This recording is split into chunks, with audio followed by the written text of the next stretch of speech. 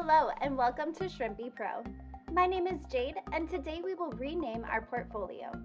Shrimpy allows us to separate the cryptocurrencies we hold on the exchange account into portfolios.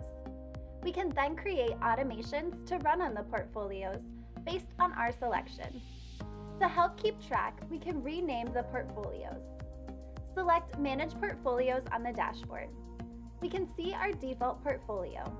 To rename this, click into the portfolio and then select Settings.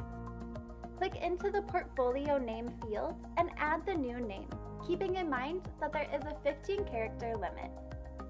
Hit Enter and the new name will be saved. Click to create a new portfolio and follow the same steps. Click into the portfolio, select Settings, add the new name, and hit Enter. We can name every portfolio we create and rename them at any time. If you have any further questions, please reach out to our support team at support@shrimpy.io. We would be happy to help.